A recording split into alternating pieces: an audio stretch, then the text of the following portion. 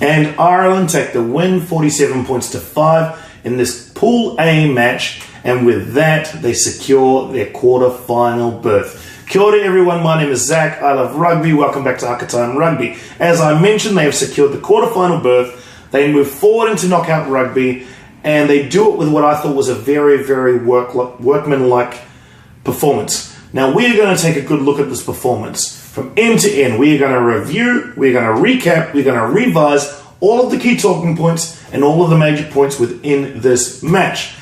So, I would describe this win for Ireland as very workmanlike, and what I mean by that is they played very, very simple, basic rugby. Smart, simple, basic rugby. Play field position, great kicking game from Conor Murray and also from Johnny Sexton. Put the opposition under pressure and then force errors and score points when you're in the right territory. And they did that today. They just continued to mount pressure and build points, mount pressure and build points. Now they were very, very dominant in the forward pack. We saw a couple of examples of great driving mauls, the first of which resulted in Rory Best scoring the first try. And they just demonstrated how dominant they are in the forward pack there. So I thought that was one of their major strengths. They went to it regularly and they scored points and put a huge amount of pressure on in that first half. With that done though, essentially they move forward and now they will be looking to this game as a great confidence builder for them as they move forward into quarterfinal rugby. I think they've proved that they can win in some respects with a simple game plan, and that's a game plan I think will serve them well against some of the other teams. It really is that old adage of play territory, put pressure on, strong defense, force errors, and play tactical rugby, and that's what I saw from them today. Very tactical, very workmanlike, and very, very effective. For Samoa, I think they looked great in patches here. They just couldn't sustain enough regular pressure and continuity in their attack to put points on the board. And unfortunately, with the errors and with the penalty counts, it just stifled all of their momentum. I think the penalty count was something like 18 penalties conceded by Samoa, and you're not going to win World Cup games, unfortunately, with that higher penalty count. What I would say, though, is they looked very, very good in patches, and there was one period towards the end of the game, I think the whole stadium was rooting for them to go ahead and score that try at the end. It was not awarded, it was deemed no try. But they continued to play, and they continued to push forward, and credit to them for that. I think, it's very, very clear that your campaign is over. It's the end of the World Cup, but they didn't stop trying, and I think they should be commended for that. So Ireland moved forward. At the end of this video, we'll run through all of the permutations. Now that we are clear that Ireland they have qualified for the quarterfinals, they finished with 16 points. That's crucial for them because they have enough of a buffer there now to either secure their place at the top of the table or in the second position of Pool A. We'll run through all the permutations at the end of this video because there are a number of ways that this could play out. Okay, the next major talking point, and I hate having to bring this up. We seem to be bringing it up every other game, but we are back to this issue with cards.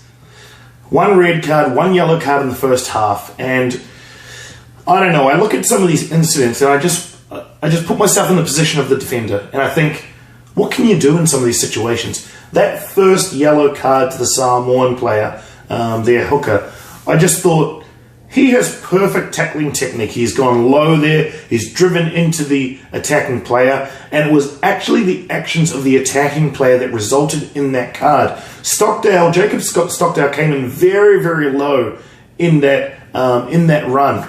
And unfortunately, good tackling technique can result in a card when a attacking player is dipping. I actually thought when the ref started talking about this as there are enough mitigating factors to downgrade this, I started to think, oh great, it's going to be a penalty, no more, fantastic. But now what he meant was a downgrade from red to yellow based on the mitigating factor of the attacking player dropping down in the tackle. Now I look at this and I literally thought there is nothing that defender can do other than pull out of the tackle. And if the laws are going this way, it is going to, one, it incentivizes poor attacking technique, and that run from Jacob Stockdale for me was an example of going far too low in a tackle, and just poor technique there from the attacking player. So that's an issue, that side of it. The second yellow card, the red card Bundyaki received. Now, again, The ball had gone through. He had very, very limited time to react. The only thing he could have done to avoid that situation was pull out of the tackle completely. You know, when these defenders are in positions where they have split-second reactions, often a slight missed time can result in some form of contact to the head. Now, my view on that one, and also an issue with consistency here, right? So if that is a red card, then the first incident should also be a red card. I mean, both had some slight mitigating factors, I think, that you could have applied. But just the lack of consistency and also the lack of real thought around real game scenarios. What is a defender supposed to do? And in my view, there is very, very little that those defenders can do. They're split-second reactions. They happen in the heat of the moment. And these rules are actually starting to incentivize poor attacking technique, or purposely encouraging players to adopt poor attacking technique, because it can result in a card, which can result in huge change of momentum and essentially decide the outcome of this game. So I think we have some real concerns as we look forward to the quarterfinals. I think the way that the lack of consistency and just the fact that these are split-second decisions that defenders are unable to do anything in those moments, I just think it is inevitable that we're going to see card after card after card, and I'm sure it is going to impact some of the decisions in knockout rugby and potentially even shape the way this all finishes. Okay, with that win, what does it do for the table? So Ireland go top of the table on 16 points, Japan remain on 14 points, and Scotland remain on 10. And as we all know, there is one more game to go. Japan are playing Scotland tomorrow. Currently, it's still scheduled to go ahead in what will decide the outcome of this pool. So what I want to do is run through all of those permutations. Now, let's take permutation 1. The match does not go ahead, and Japan and Scotland walk away from their contest with a 0-0 draw. What that would mean is that both teams pick up 2 points, which means Japan moves up to 16 points. It means Scotland moves up to 12 points. Both Ireland and Japan will qualify. Japan will qualify as the top qualifier because under the rules of the World Cup, if two teams have the same amount of points, the team who was victorious when they clash, the head-to-head clash outcome, will go forward as the top qualifier. As we know, Japan beat Ireland, and therefore, if they're equal on points, both on 16 points, Japan will go through. That's scenario number 1. Scenario number 2. Any Japanese win against Scotland will result in Japan finishing as the top qualifier.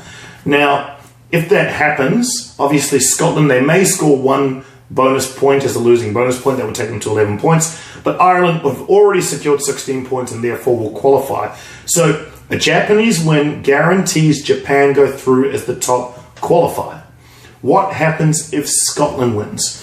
Okay, now let's run through the permutations if Scotland were to win this match tomorrow. Now, if Scotland win with a bonus point and Japan do not secure a losing bonus point, they will go to 15 points. Japan will be on 14 points, and they will go through. Scotland will go through as the second place qualifier in Pool A.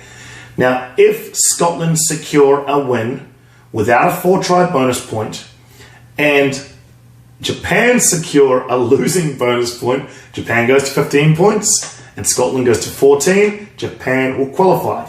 If Scotland get the win without a bonus point and Japan does not get a losing bonus point, Scotland will go through. Again, this rule applies based on the head-to-head match. The winner of that match, if points are equal, will go through. Scotland goes through.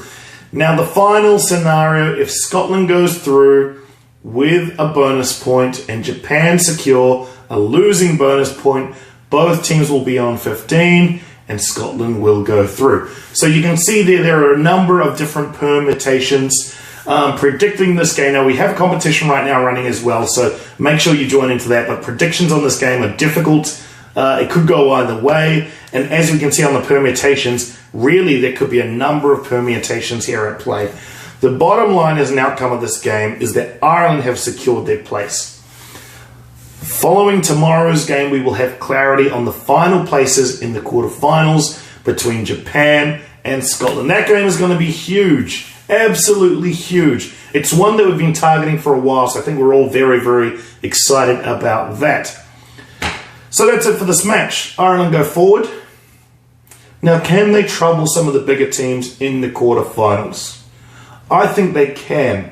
If they adopt a similar style that they play today, if they can just play simple rugby with good tactical positional play, they can be competitive. If they start running too much or trying to play too expansively or getting drawn into a similar match that the All Blacks play or the Springboks play in their physicality, All Blacks in their pace and agility and speed, then they will be run off the park. What they have to focus on is stick to Irish rugby, and Irish rugby is good tactical play.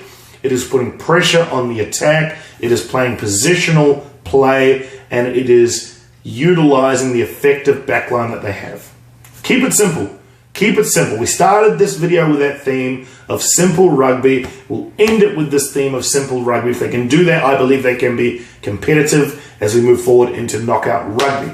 That's it from me today. If you like this content, like, comment, subscribe. Come back for more videos, guys. Don't forget we've got a competition on available at the moment. The subscriber giveaway predictions on the game between Japan and Scotland. I want to hear them. Who wins it and what's the score? And you can win an international rugby jersey of your choice. That's it from me. We'll talk again soon. See you guys.